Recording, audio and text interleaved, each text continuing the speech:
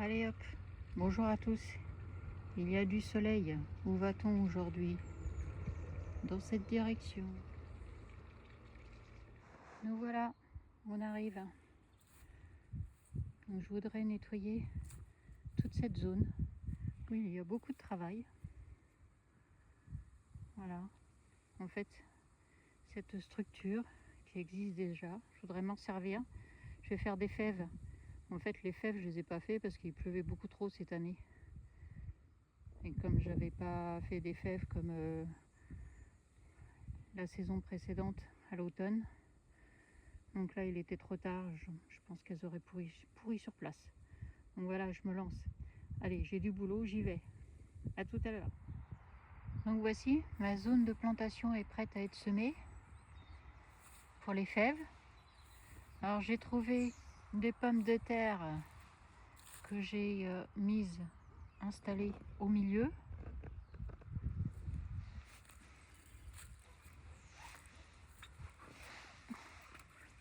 Comme celle-ci, j'en ai plein qui ne sont pas germés. Ça c'est du compostage de surface. Donc voilà, j'ai toute ma zone là qui va être prête. Il va peut-être falloir que je regarde un peu la structure. Donc ce sont pour planter des fèves. Sur le bord, j'ai fait un nettoyage aussi. Et comme il y avait beaucoup de petites pâquerettes, eh bien j'en ai installé de nouveau ici. Voilà. Et ce que je voulais vous montrer, c'est quand on fait du nettoyage, on trouve toujours des choses à manger. J'ai trouvé des pommes de terre. Il y a deux variétés différentes, celle du Pérou avec la chair blanche et une autre que je ne connais pas la variété. Et là, il y a aussi, que je vais vous montrer comme ça, il y a de la camomille, la grande camomille. Et en fait, je vais la garder parce que c'est très utile pour les fèves. Donc voilà, il y avait un ou deux poireaux, je vais les laisser. C'est pas les meilleures associations, mais c'est pas grave, pour un ou deux poireaux. Donc voilà. Donc demain, je sème et je recouvre ma terre avec ce que je vais trouver. Voilà.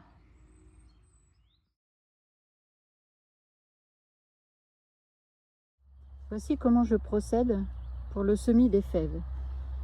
Donc la fève doit être positionnée dans ce sens-là, la fente sur le dessus. Donc voilà. Donc vous la positionnez.